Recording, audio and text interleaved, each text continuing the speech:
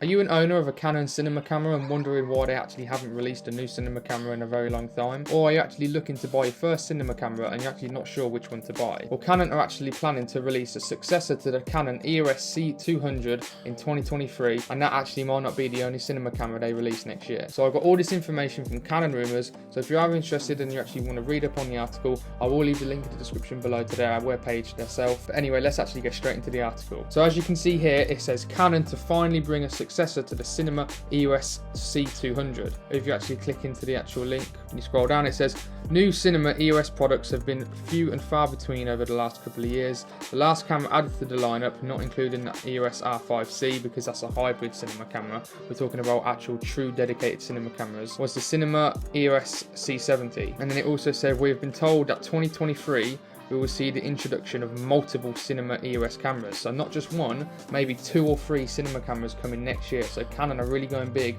on their cinema lineup recently with the release of the Canon R5C hybrid. The Canon R7C has been rumoured as well. Not even rumoured, that's a fact that's going to be coming out. And now they're planning on releasing multiple cinema cameras in 2023. So it looks like they're really going hard in on their cinema lineup for their cameras. And then if you actually, below that, it says the first one will be the Canon Cinema EOS C200 Mark II, and we also have some information about it. And it says one of the more interesting bits of information is the ability to easily switch between EF and RF mounts.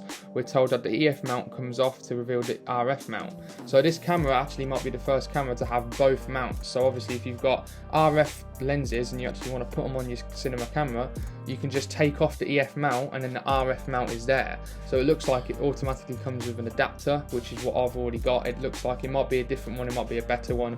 I have no idea, to be honest. It could be the ND one, an updated one, but what it looks like is that it's actually an RF mounted cinema camera, but it comes with an EF mount because obviously all of the other lenses, probably the cinema lenses, are EF mounts. So that's why it's probably going to be there. But you can actually hear, we're told when the EF mount comes off, it reveals the RF mount. So you can put all your RF new glass on this new cinema camera, as well as all your old ones as well. So that's really, really good that you can actually have the freedom to switch between so many different lenses when using this cinema camera. So that's going to really, really please a lot of people. And you've actually got some actual specifications here as well. So it's got the same image sensor as the Cinema EOS C200 Mark III.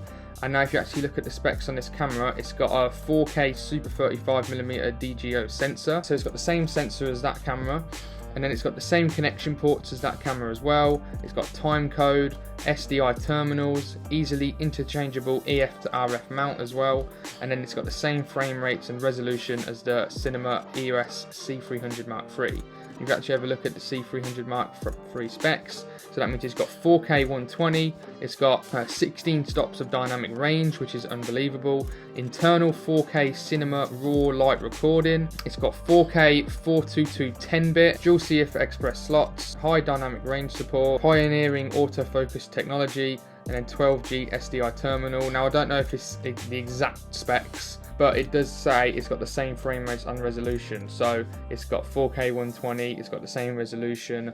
I'm not sure about the dynamic range, to be honest, after actually reading back on that, but it's got the same frame rates and resolution as that camera. So I wouldn't be surprised if it's also got some other stuff that's very similar to it as well. But basically at the bottom, and then it says more to come. So in 2023, we're going to have a Canon EOS C200 Mark II, and then potentially more cinema cameras coming as well next year. And then this is on top of the R7C as well. So really going hard on the cinema cameras. This is looking really, really good. I'm hoping one day I can actually have a cinema camera myself, because the dynamic range and everything you can get in a cinema camera is unbelievable. And one day I hope to actually have one. You never know, it might be this camera here in the future. Who knows? We don't know how good this camera is going to be, but I'm sure it'll be amazing. But anyway, that's just the end of the article. Anyway, I just thought I'll give you a quick guys update on the actual new cinema cameras Canon are planning on releasing. If you did enjoy, hit that like button and subscribe to see more videos like this in the future. Thank you very much for watching, and I'll see you guys on the next video. See you later.